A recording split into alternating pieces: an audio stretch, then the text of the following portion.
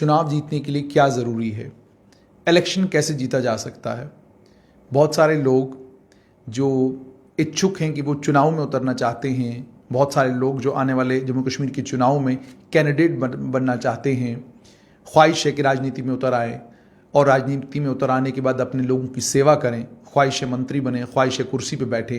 ये सारे ख्वाब जो लोग देखते हैं, आखिरकार चुनाव जीतने का फॉर्मूला क्या है।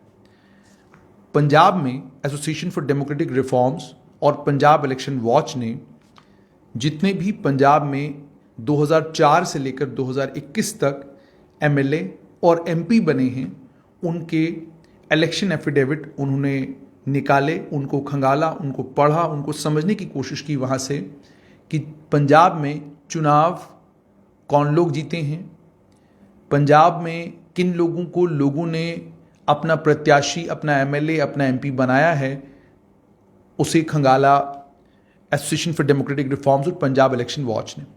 अब वो जो खंगाला है उन्होंने, वो बहुत कुछ बताता और बहुत कुछ समझाता है।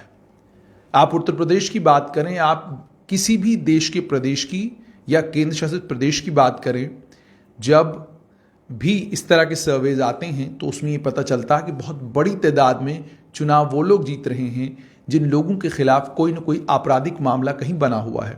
आपराधिक मामले से मतलब है क्रिमिनल रिकॉर्ड है। क्रिमिनल रिकॉर्ड का मतलब ये हो गया, आपने धरना दिया कहीं पर, धरने के बाद तोड़फोड़ होगी तो वो नेताजी के खाते में ज़रूर आती है। और उसके अलावा और भी अन्य कई तरह के अपराध हैं जिन अपराधों में ये कैंडिडेट्स लिप्त हैं, और उसके बाद जब वो चुनाव लड़ते हैं, मैं और आप उन्हें वोट देकर जिताते हैं। तो यही एसोसिएशन फॉर डेमोक्रेटिक रिफॉर्म्स और पंजाब इलेक्शन वॉच ने एक सर्वे किया, और जब उन्होंने इन सारे एफिडेविट्स को खंगाला तो खंगालने के बाद उन्हें ये पता चला कि आप पंजाब में 11% चांस है आपका इलेक्शन जीतने का अगर आपका क्लीन रिकॉर्ड है, यानी आपके खिलाफ कोई आपराधिक मामला नहीं है, आप साफ सुथरी छवि वाली आदमी हैं, तो आप 11% चांस है आपका चुनाव जीतने का। और अगर आपके खिलाफ कोई आपराधिक मामला बना हुआ है तो 18% चांस है चुनाव जीतने का। यानी चुनाव जीतने का ज्यादा मौका आपके पास है, आपके चांसेस चुनाव जीतने के ज्यादा हैं अगर आपके खिलाफ कोई आपराधिक मामला बना हुआ। ये मैं नहीं, ये एसोसिएशन फॉर डेमोक्रेटिक रिफॉर्म्स ने जो स्टडी किया है इन इलेक्शन एफिडेविट्स को 2004 से लेकर 2021 तक, उन्होंने इसमें एक और चीज देखी कि जो 385 कैंडिडेट उन्होंने 2004 से एनालाइज किए जिनके क्रिमिनल केसेस थे, आपराधिक मामले थे, उनके एसेट्स यानी उनकी संपत्ति लगभग 6.62 करोड़ के करीब एवरेज। 385 कैंडिडेट्स को स्टडी करने के बाद एवरेज एसेट्स जो हैं 6.62 करोड़ के करीब हैं। यानी ये सारे लोग करोड़पति हैं जो चुनाव में उतरते हैं। उसके बाद उन्होंने ये भी स्टडी किया कि जिनके खिलाफ गंभीर या संगीन आपराधिक मामले हैं, 223 कैंडिडेट उनके एफिडेविट उन्होंने स्टडी किए और उनकी संपत्ति, एवरेज संपत्ति 7.27 करोड़ के करीब।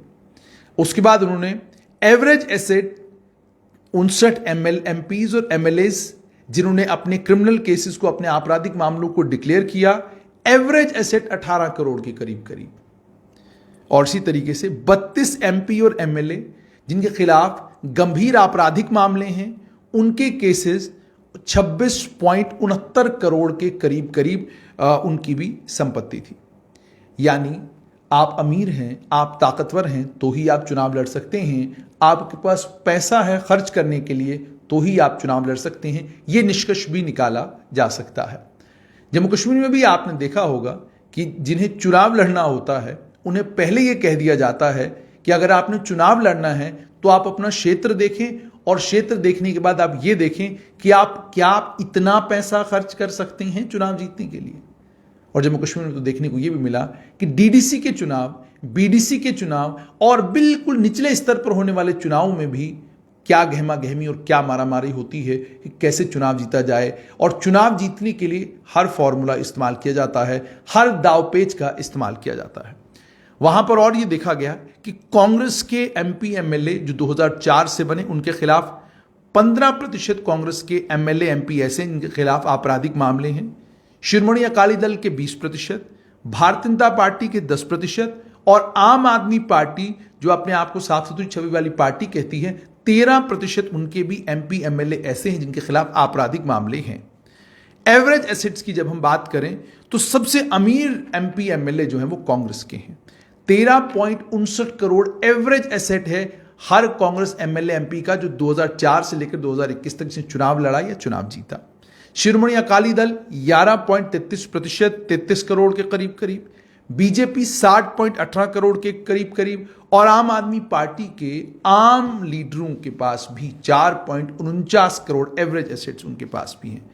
जब गंभीर आपराधिक मामलों की बात करें तो कांग्रेस में 7% एमएलए एमपी ऐसे हैं जिनके खिलाफ गंभीर आपराधिक मामले हैं। शिरोमणि अकाली दल के 9% हैं, भारतीय जनता पार्टी के 5% हैं, और आम आदमी पार्टी साफ सुथरी छवि वाली पार्टी के पास भी 4% एमएलए एमपी ऐसे हैं जिनके खिलाफ गंभीर आपराधिक मामले हैं।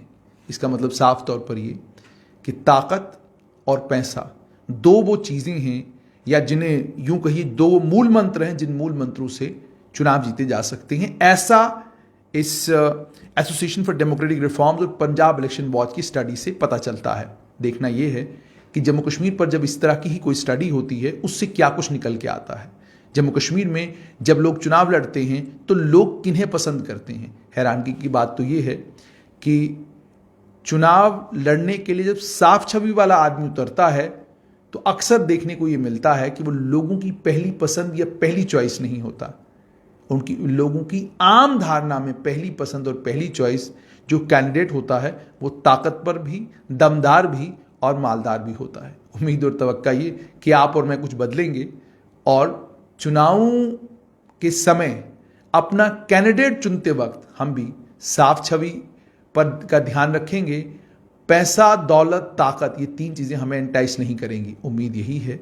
देखते हैं कि जम्मू कश्मीर में जब चुनाव होता है तो यहाँ का आम जनमानस किसे अपना प्रत्याशी, किसे अपना एमएलए या किसे अपना एमपी बनाता है।